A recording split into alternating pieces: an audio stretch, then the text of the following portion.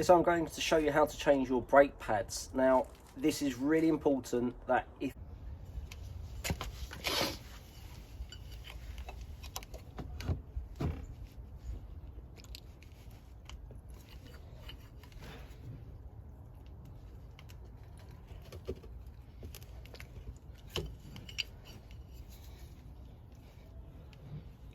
you see, I'm just putting a bit of pressure on so it keeps the caliper out. Now, this will be nice and loose. Sometimes you might still need to put a little bit more pressure on just to make sure there is absolutely no vacuum left in this. If you do not feel comfortable with being able to do this, do not attempt it and go to a garage and get it done professionally. A set of brake pads to be put onto a car when it comes to the front pads will normally cost you around sort of £40, whereas the rear pads tend to be more expensive because you have to use what's called a caliper wind back tool. Now, the first thing is obviously take the wheel off, which is the stage that we're at now. And what I've done is just slightly unscrewed or completely unscrewed the brake fluid cap, but then just left it on top so dirt doesn't get in. And the reason for that is because I don't want the vacuum. Now, the next thing we need to do is bring the caliper out. Now, this is the caliper, this is the disc. Okay, so you have a sandwich like in this picture here between the pads and the disc. Now, what happens is as you use your brake, the brake pads get closer and closer because they get worn until the point where they're at this point where I want to change them, and I need to now bring them back out again. So all I do is I use a straight head screwdriver to prise the caliper back out like this. So the next thing you need to do is take the caliper carrier bolts off, which are the bolts that are at the back. Depends on the car and the size of the socket. So this car's 12mm. You then put them on. I've already loosened them up because they are normally very, very tight first of all. So again, if you use a long bar, it makes your life a little bit easier. Then, once you've taken these off, that then allows you to get to the caliper itself, or the pads.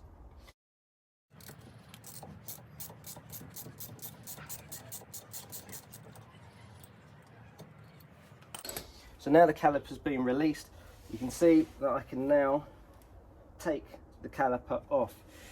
Now, for those of you that want to know how the brakes actually work, this is a piston.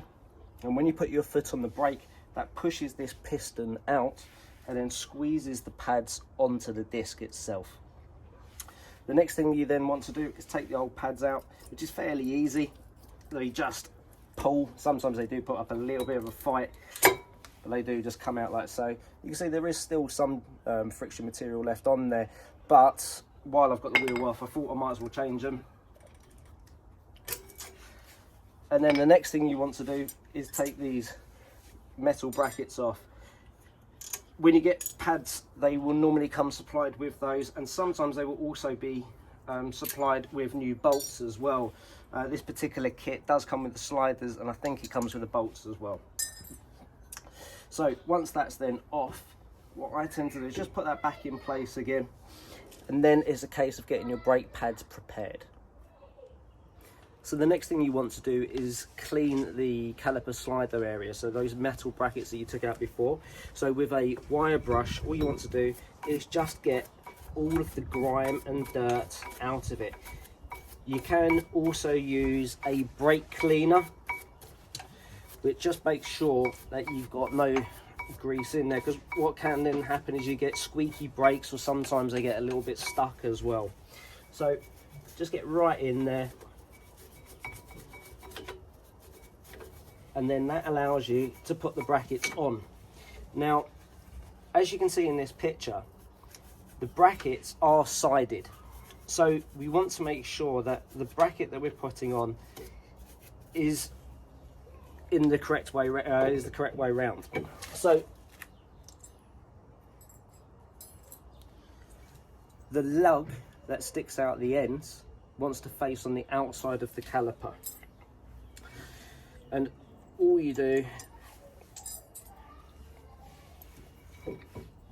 is clip those into place And again, sometimes they can be a little bit fiddly. So you can see that's now clipped in. And again,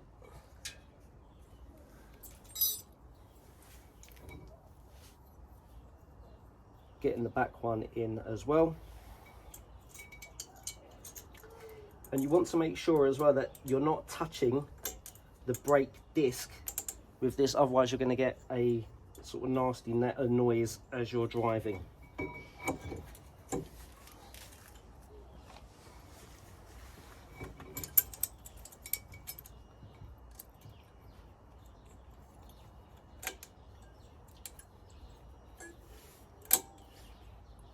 And you can see they just sort of spring into place.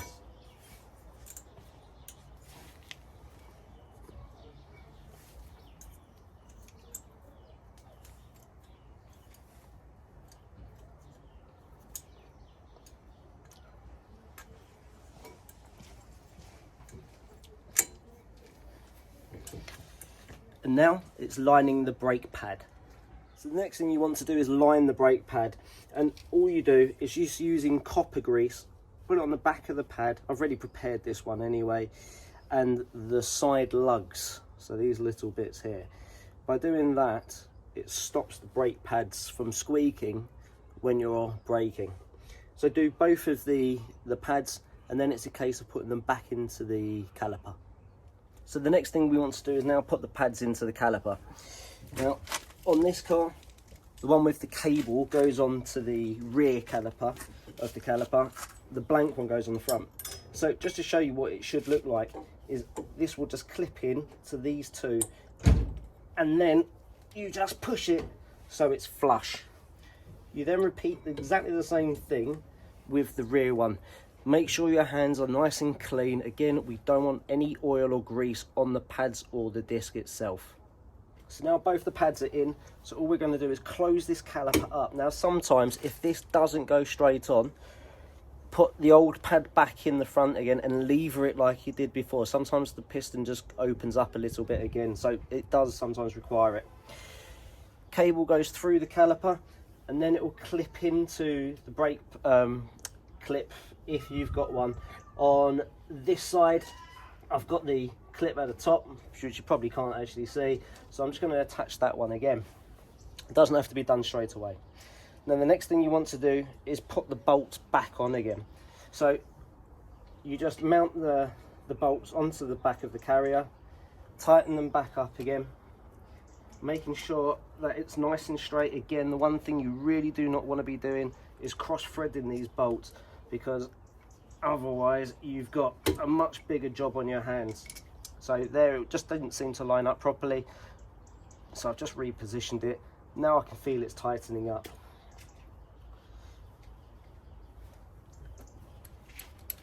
Next thing you do is just tighten them up again. Again, it doesn't have to be massively tight. So as soon as you start feeling that you're having to put some really sort of emphasis onto the resistance of it, that's when you want to be stopping.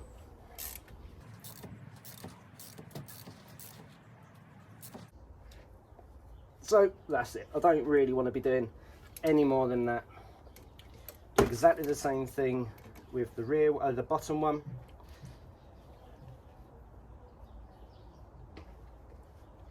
And then that pad is ready to go. Really important that you make sure that you change both sides of your car at the same time. So if you have a problem with, say, this wheel's brake pads, just change the left hand side as well, because otherwise you can have a bad balance, which means the car could swerve to one side under braking. The other thing is that your brakes, when you first pull away now, will not work effectively. So what you want to do is pump the brakes a few times so you get some resistance on the brake pedal. You'll feel that it's very floppy, and that's basically where there's no fluid basically in this caliper. So you just want to compress it again and then drive on.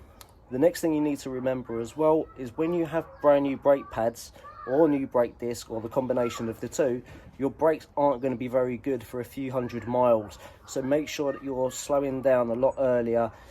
Prepare much more in advance, because an emergency stop can take a lot longer than it would do normally. I hope that video has helped, and I look forward to seeing you on the next video.